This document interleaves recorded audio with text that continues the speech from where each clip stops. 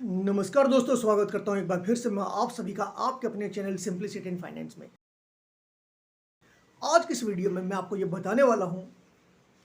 पहले तो मैं आपको ये बता दूं कि मुझसे एक सवाल पूछा गया था, तो अभी 2-4 दिनों से मैं कुछ आपके ही सवालों में से उनको उठाकर वीडियोस बना रहा हूं।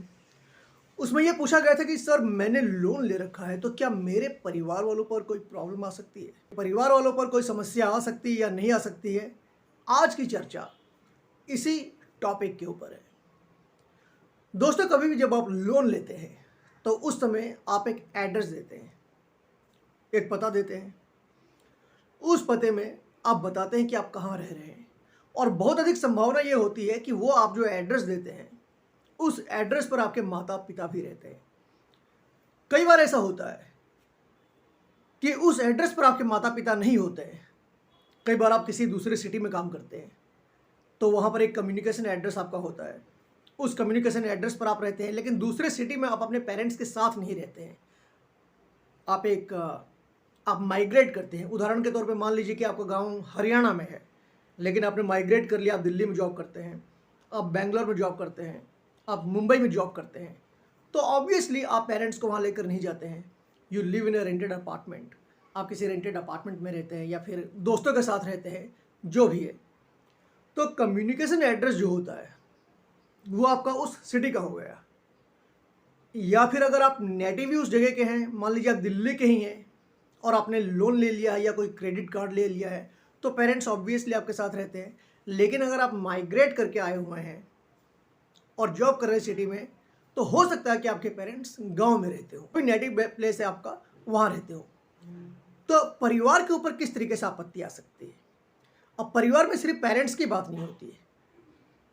अगर आप शादीशुदा हैं, देन योर फैमिली में आपके वाइफ हैं, या हो सकता है कि बच्चे हों, तो जो भी आपके साथ रहते हैं दैट्स योर फैमिली। तो परिवार के ऊपर क्या कोई मुसीबत आ सकती है।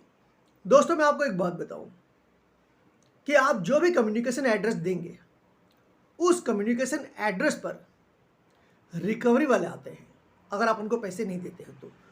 और रिकवरी वाले जो आते हैं वो आपको तलाशते हैं, और अगर आप नहीं होते हैं तो वैसी स्थिति में बाय गोइंग आरबीआई गाइडलाइंस वो आपके परिवार वालों को भी परेशान करना शुरू कर देते हैं।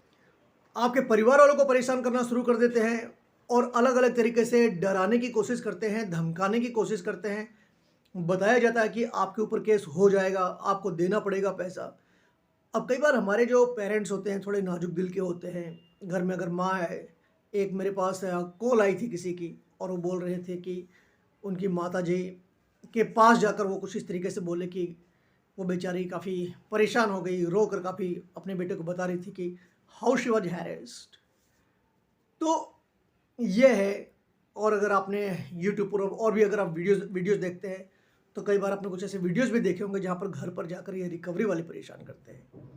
आरबीआई के ये गाइडलाइंस के अगेंस्ट है, लेकिन जो भी नियम बनते हैं, जो भी कायदे बनते हैं, उनको मानने वाले बहुत लोग होते हैं, लेकिन उनको तोड़ने वाले भी बहुत लोग होते हैं। सो दे डोंट केयर कि आरबीआई का गाइडलाइन क्या कहता है या फिर कानून क्या कहता है। उनको जो करना होता है वो करते हैं। तो मैं आपको बता दूं कि पहली तो बात यह है कि अगर आपने लोन ले रखा है और अगर कोई को गारंटर नहीं है, तो चाहे वो आपका नेटिव प्लेस हो, चाहे आपका करंट एड्रेस हो, जिस किसी भी एड्रेस पर वो आए, वहां आकर वो आपके घर वालों को परेशान नहीं कर सकते हैं। पूछ सकते हैं, अगर आपके नाम पर लोन है तो पूछ सकते हैं कि भाई को कहाँ है आपको खोजने के लिए, बट वो आपके घर वालों को परेशान नहीं कर सकते हैं। पूछना और परेशान करना में बहुत ज़्यादा फर्क होता है। अगर आपके घर वालों ने कह दिया मुझे नहीं पता, अब आप जा सकते हैं, तो बस इतने में उनको चले जाना चाहिए। लेकिन अगर वो डराते हैं, धमकाते हैं, आपको देने पड़ेंगे नहीं तो आपको जेल हो जाएगी, उनकी जगह आपको जेल हो जाएगी, पुलिस आने वाली है, मैं पुलिस को लेकर आने वाला हूं, आपके खिलाफ केस हो जाएगा, इस तरह की अगर कोई बात करता है तो ये कुछ भी नहीं, सिर्फ और सिर्फ एक मेंटल प्रेशर बनाने का तरीका है आपके घर वालों के ऊपर। घर वालों को मैं कहना चाहूँगा कि बी स्ट्रांग, डरने की कोई बात नहीं है। आपके ऊपर कोई जिम्मेदारी नहीं है, किसी का भी लोन चुकाने की आपके ऊपर कोई जिम्मेदारी नहीं है। पर्सनल लोन हो, क्रेडिट कार्ड हो, जिसके नाम पर होता है, केवल उसे चुकाना होता है। लेकिन हाँ, ये घर पर आकर परेशान कर सकते हैं। ये तो बात हो गई कम्युनिकेशन एड्रेस की। वैसे वो कम्युनिकेशन एड्रेस पर ही आते हैं। लेकिन कई बार ऐसा भी होता है कि वो आपके उस एड्रेस पर चले जाते हैं जो कि आपने अपने दूसरे किसी डॉक्यूमेंट में दे रखा है। उदाहरण के तौर पे आपका कम्युनिकेशन का एड्रेस दिल्ली का है, लेकिन आपने आधार कार्ड दे रखा था। उस आधार कार्ड में आपका कम्युनिकेशन एड्रेस हरियाणा का है, तो ऐसा हो सकता है कि उस वाले एड्रेस पर भी चले जाए। मेरी ऑब्जर्वेशन में ये आया है कि जो इंट्री स्टेट होता है, अलग-अलग जहाँ स्टेट्स होते हैं, इसमें आपके गाँव वाले जो एड्रेस होता है, जो नेटिव एड्रेस होता है, उस पर जाने की पॉसिबिलिटी बहुत कम होती है, बहुत कम। मैंने मुश्किल से 1% केस में ही देखा हुआ है, बट गए हुए हैं। नहीं जाते ऐसा भी मैं नहीं कहूँगा, और फिर ऐसा भी नहीं कहूँगा आप 500 करोड़ रुपए लेकर भाग गए। अगर आप 500 करोड़ रुपए लेकर भागे हैं तब तो हो सकता है कि वो उतनी तकलीफ उठाएं, लेकिन अगर आपने 2 4 5 10 लाख रुपए ले रखे हैं तो ज़्यादातर वो इंटरेस्ट रेट रिकवरी इतनी अधिक नहीं करते, वो सेटलमेंट पर ही आकर बात थम जाती है। मेरा ऑब्जर्वेशन यही रहा है। लेकिन आपके कम्युनिकेशन एड्रेस पर तो वो आते हैं, घर वाले हैं तो उनको परेशान भी करते हैं, और इस तरीके से आपकी फैमिली के लिए प्रॉब्लम हो सकती है। लेकिन मैं सिर्फ प्रॉब्लम की बातें नहीं करता, मैं समाधान की बातें करता हूँ। तो समाधान क्या है? अगर वो आपको परेशान करते हैं, अगर बहुत ज़्यादा परेशान करते हैं, तो आप एक रिपोर्ट लिखा सकते हैं, क्योंकि वो आरबीआई के गाइडलाइंस को वायलेट करते हैं। किसी का कोई हक नहीं बनता कि धमकाए, डराए, लेकिन अगेन हर इंसान की सहन करने की शक्ति अलग अलग होती है। कुछ लोग सहन कर सकते हैं, कुछ लोग सहन नहीं कर पाते। ऐसी स्थिति में आपको अपने थोड़ा सा दिमाग का इस्तेमाल करना है। अगर वो वास्तव में आपको परेशान करते हैं तो सबसे बेहतर तरीका दोस्त यही है कि आप अगर रेंटेड मकान में रहते हैं, then move a few kilometres away from there.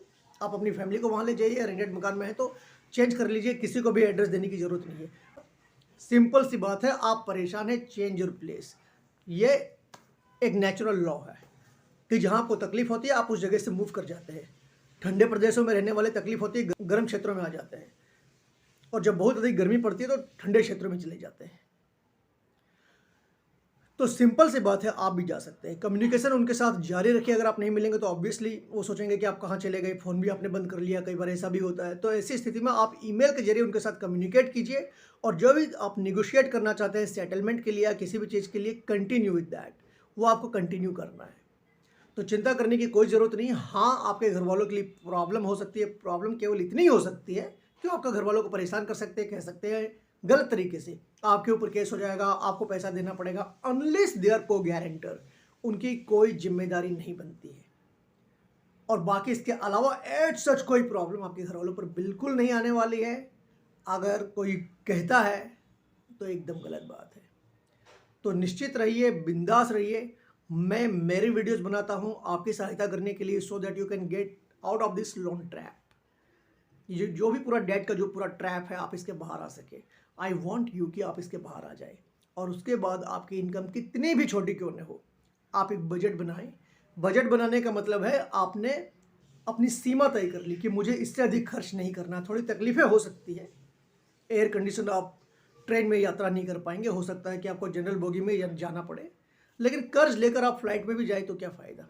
आजकल तो हॉलीडे के लिए भी लोन मिलने लग गया है। ऐसा आपको नहीं करना है। तो आपको कोई भी लग्जरी नहीं लेनी है अनलेस आपके पास ऑलरेडी उसके लिए कैश है, और वो भी सारी की सारी चीज़ें सिक्योर्ड है अगर आपकी तभी। उदाहरण के तौर पे you are fully funded for next 1 year for emergency, you have a medical insurance, और इस तरीके की सारी चीज़ें आपके पास सब कुछ है। तो उसके बाद हो सकता है कि आप अपने पैसों को खर्च कर दें।